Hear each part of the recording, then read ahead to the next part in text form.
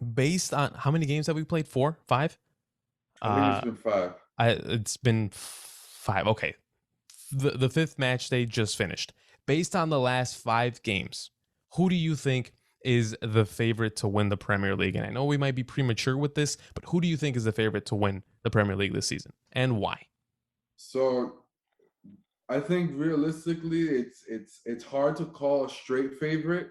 If I had to put my money on anybody, I'm going with my club right here because they look like they're up for anybody and everybody. They took Liverpool at Liverpool, went down. They looked like a better side, went down a man on a controversial call. Couldn't be defeated. Couldn't be defeated with the cop to their back, which is Mm-hmm. probably the hardest place to defend in Europe at the moment. And they already played Arsenal at Arsenal, Tottenham at Tottenham, and they're gonna play Man City. And you just have a good feeling because we Chelsea played Man City at the end of last year under Tuchel three times and beat Guardiola three straight times, including the Champions League final. So I think that I mean you have a good feeling going into that match, and even if they say they that Man City pull out the win, which isn't that it's possible. Man City are right up there, and they're going to be my number two in this list. But um, they it looks like Chelsea have more answers than Man City at the moment. And what I mean by that is Man City have a lot of depth. That's how they looked as good as they did and ran away with the league last year. They have a really great team full of quality. But no matter who you plug in Man City, they kind of look the same. Like they kind of play the same. So if you find a way to defend, which isn't easy, but if you find a way to defend against Man City, doesn't matter who they plug in and plug out, they're not gonna. They most likely can get shut out, which is what happened in the Champions League final. Whereas with Chelsea, they have a lot of solutions. I mean, they have Lukaku, they have Timo Werner, Kai, Ziyech, Pulisic, Hudson-Odoi. They have the numbers in midfield. Their fourth midfielder, Saul, who I mean, yeah, he had a bad opening 45 minutes, but the guy's quality and everybody knows it. So, and then the defense is just ridiculous with two goalies now who are humming with Kepa who just had a clean sheet at Tottenham Hotspur Stadium and had the penalty shootout that he won for Chelsea in the Carabao Cup. So it's really, or excuse me, in the Super Cup. But it's really hard to sit here and see what Tuchel has done with Chelsea since he's been in January and pick anybody else at this point because they haven't given me any reason to believe that they won't have the answers. And I think that's the difference. It's not in, yes, Chelsea have more favorable personnel, but I think what's really sending me over the top is the manager.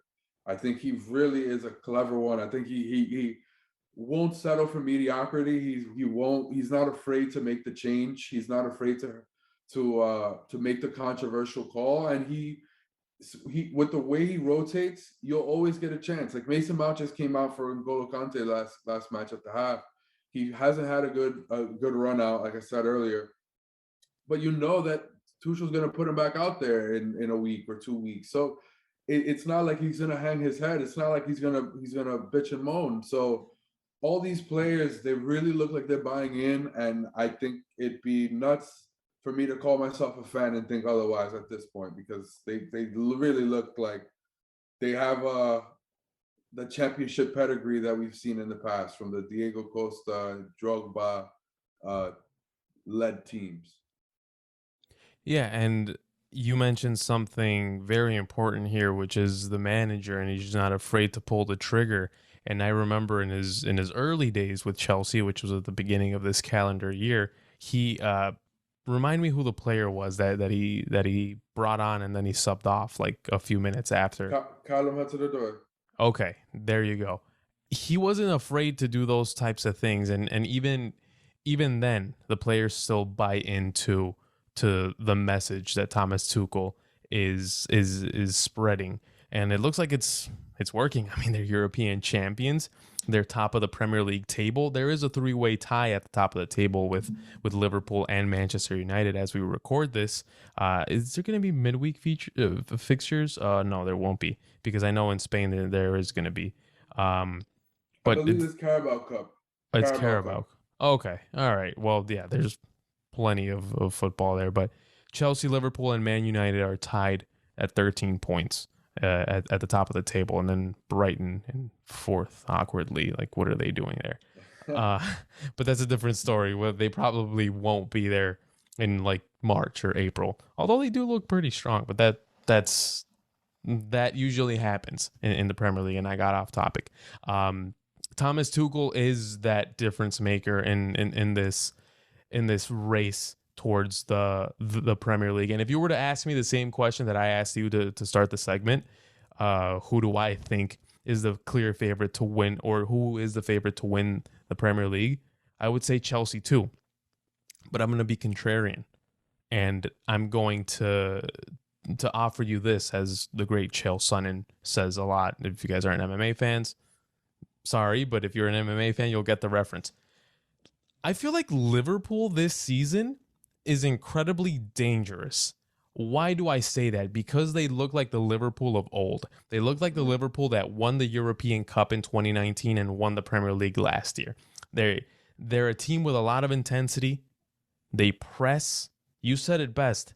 Defending at Anfield against Liverpool has to be one of the hardest things to do in world football right now. It's very difficult. Granted, your team drew against Liverpool, and that still remains the only game where either side dropped points this season, and I think that's very telling. They have matched each other's scores. Liverpool wins 3-0, Chelsea wins 3-0. Liverpool wins 2-0, Chelsea wins 2-0.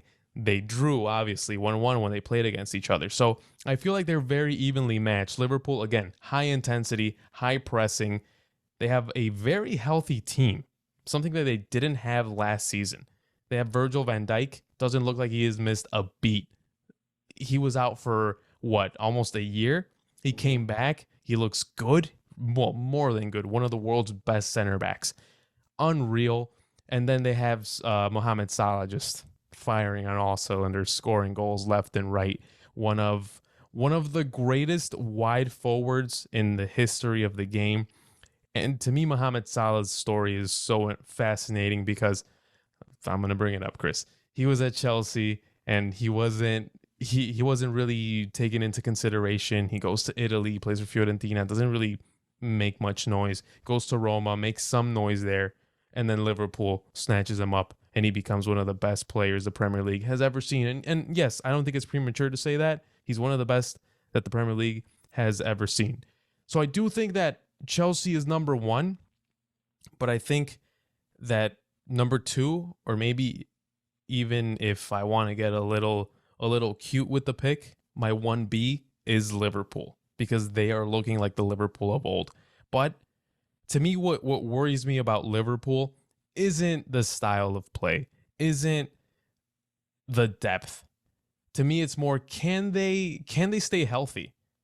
Can this team stay healthy? Because they can win the way that they play in, but maybe the way, and I'm about to contradict myself right now, but maybe the way that they play in it's detrimental to their health. Maybe that high pressing will wear on those muscles, and you might not be able to sustain that from August to May. So if they can sustain it, oh my goodness, that's incredible. But surely they're going to have to, at some point, it's natural. They're going to pick up an injury. It's going to happen. So I feel like Chelsea's one, Liverpool somewhere underneath.